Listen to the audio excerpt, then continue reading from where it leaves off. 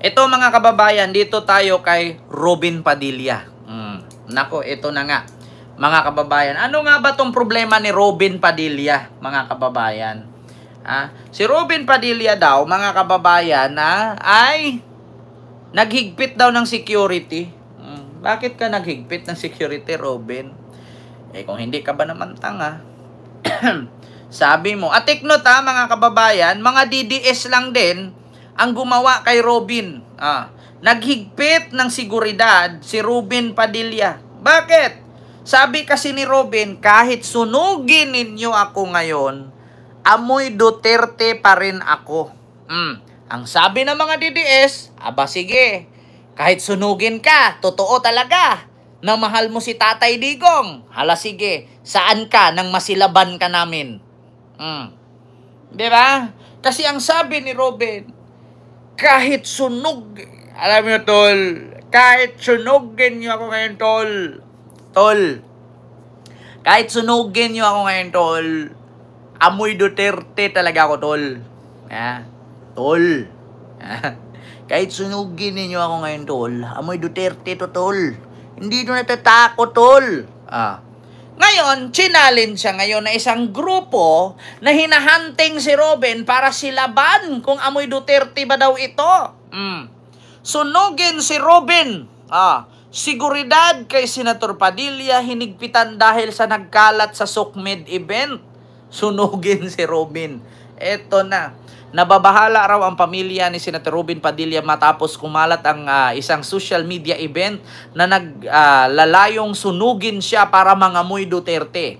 Sa kaniyang Facebook post noong Huwebes, July 3, 2025, sinabi ni Padilla na naka-red alert daw ang kaniyang seguridad at maging ng kaniyang pamilya bunsod ng naturang event.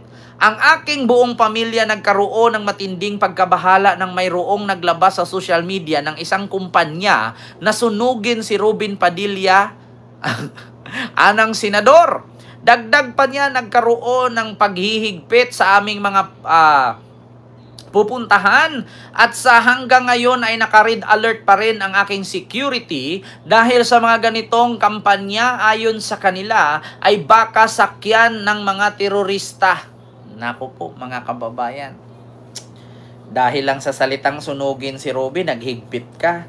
Pero hindi ka natakot, sumugod ka sa West Philippine Sea. Alam mong puro Armalite yung kaharap mo ng mga Chinese Coast Guard doon. Diba kumanta ka pa nga ng Bayang Magiliw, sabi ni Bato.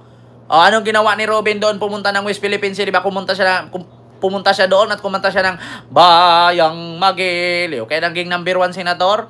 Tapos ngayon natatakot ka, sunugin ka lang. Akala ko ba kahit anong mangyari kay Mayor Duterte, susuporta ako. Hindi ako natatakot. Kahit sunugin ninyo ako ngayon, amoy Duterte ako. Ayun na. Dagdag, nagkaroon ng paghigpit sa aming pupuntahan hanggang sa ngayon naka-red alert pa rin ang aming security dahil sa mga ganitong kampanya. Ayon sa kanya, ay baka sakyan ng terorista. Sino namang teroristang titira sa'yo, Robin? Ano sasakyan ng terorista? Bakit ka ba titirahin? Ano ka ba? Miyembro ka ba ni Osama Bin Laden? Miyembro ka ba ni ISIS? Bakit sakyan ng terorista? Bakit ka titirahin ng terorista? Tanong ko lang, bakit sasakyan daw ng terorista? Ano ba meron? Sinong magtangka sa'yo na teroristang sunugin at sakyan, Robin, na hindi ka, wala ka namang kwenta, bigang senador. Bakit ka tatargetin ng terorista? Ano ba? Leader ka ba? Ano ka ba? Raha? Bakit sakyan daw ng terorista? Ano ka? Hari ng Brunei? Pamilya ni Bulkiya? Ano ka? Miyembro ni, Saudi Prince? Diba? Miyembro ka doon? Bagamat formal na raw silang makipag-ugnayan sa National Bureau of Investigation or NBI, hingil sa kumakalat na event na pagkasunduan daw nilang huwag ituloy ang reklamo. Sa madaling salita, isinangguni ng pamilya ito sa NBI para mapagbigay ng statement upang maipanayam sa kanila ang threat na siniseryoso ng aming security. Saad pa niya, hindi raw kasi magandang imahe na pumatol ang kagaya niyang politiko at maging isang balat sibuyas. Ayun naman pala eh. 'Di ba? Nagpakasunduan ng pamilya ko na bitiwan ang pagreklamo ng cyber libel dahil hindi mainam sa isang politiko ang maging balat sibuyas. Ayun naman pala, Robin eh. Ano eh, kinakatakot mo? 'Di ba? Matanda ang umusbong ang pagkakaiba. Social media event na sunugin si Robin Padilla sa online platform na Facebook matapos ng kaniyang pahayag na mangangamoy Duterte. Pa rin daw siya kahit siya ay sunugin. Sinabi mo kasi na amoy Duterte kahit sunugin. Ayun, tinisting ngayon ng mga DDS kung talagang totoo ba. 'Di ba? Nakakaawa ang Pilipinas, daming toxic. Duterte should stop their political career as well, their supporters. Kaya nga, actually, Ma'am Israel Astorga Obispo, hindi na natin mabago ang utak ng mga DDS. Sila na talaga yan. Oo. Yung mga DDS, kahit baliktarin mo yan, kahit balatan mo yan, parang mga linta yan. Naalala nyo yung linta, pag binaliktad ninyo, linta pa rin. Ganun yan sila, yung mga DDS. Kaya nga, may mga DDS na baliw dyan, lasunin nyo ng magic sarap. Isang balding magic sarap, i-mix nyo sa tubig, ipainom nyo.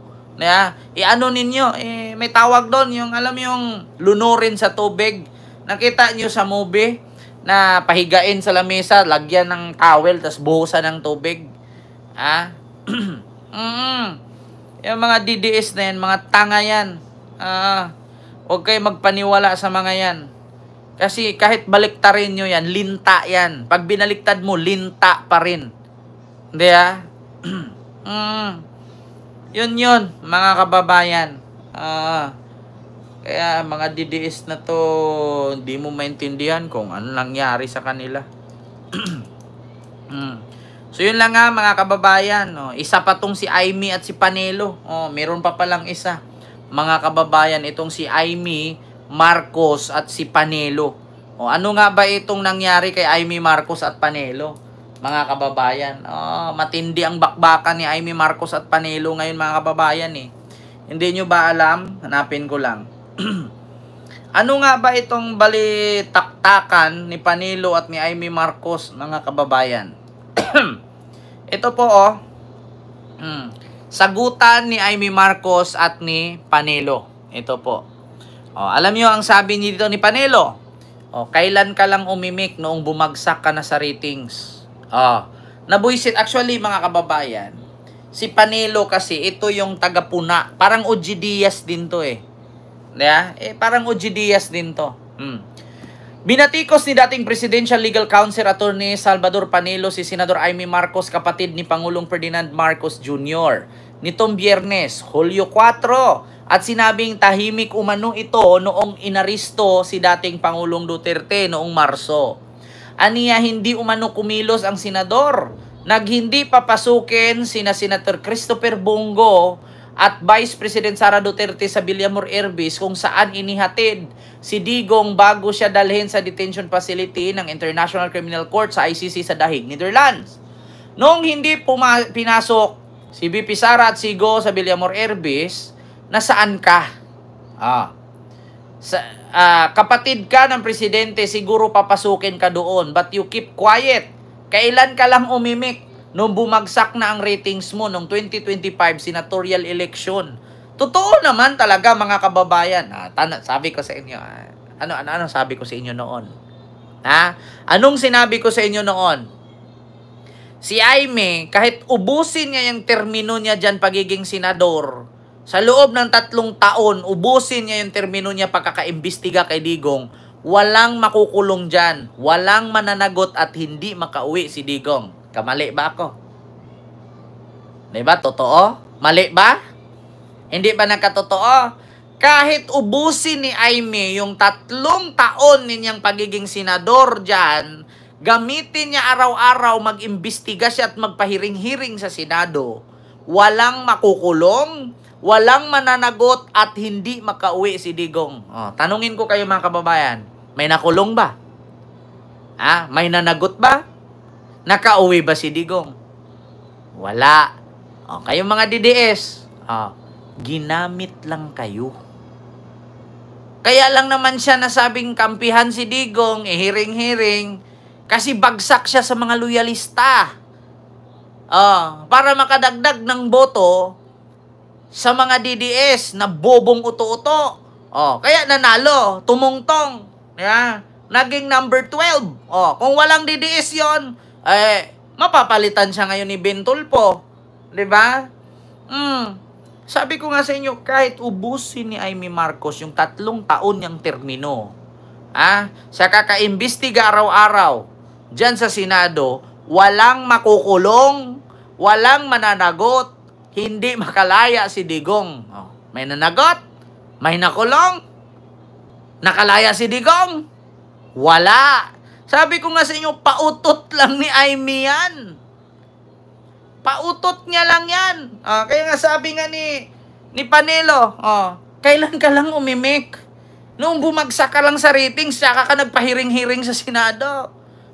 Mas inuna pa yung hearing mo sa Senado kaysa sa impeachment ni Sara. Another palabas na naman yan. Ma'am Amy, tulungan mo na pauwiin si Tatay Digong.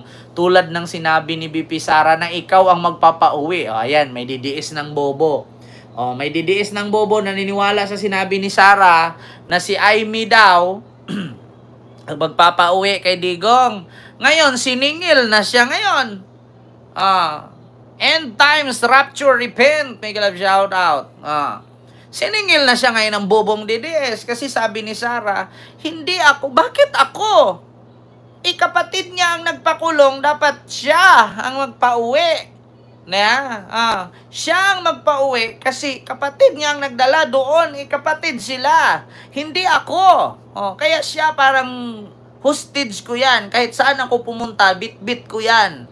Bilang habang ang tatay ko nakakulong, siya ang kapalit. Di ba? Sabi ko nga sa inyo noon si Amy, ginamit lang kayo niyan. Bakit? Kahit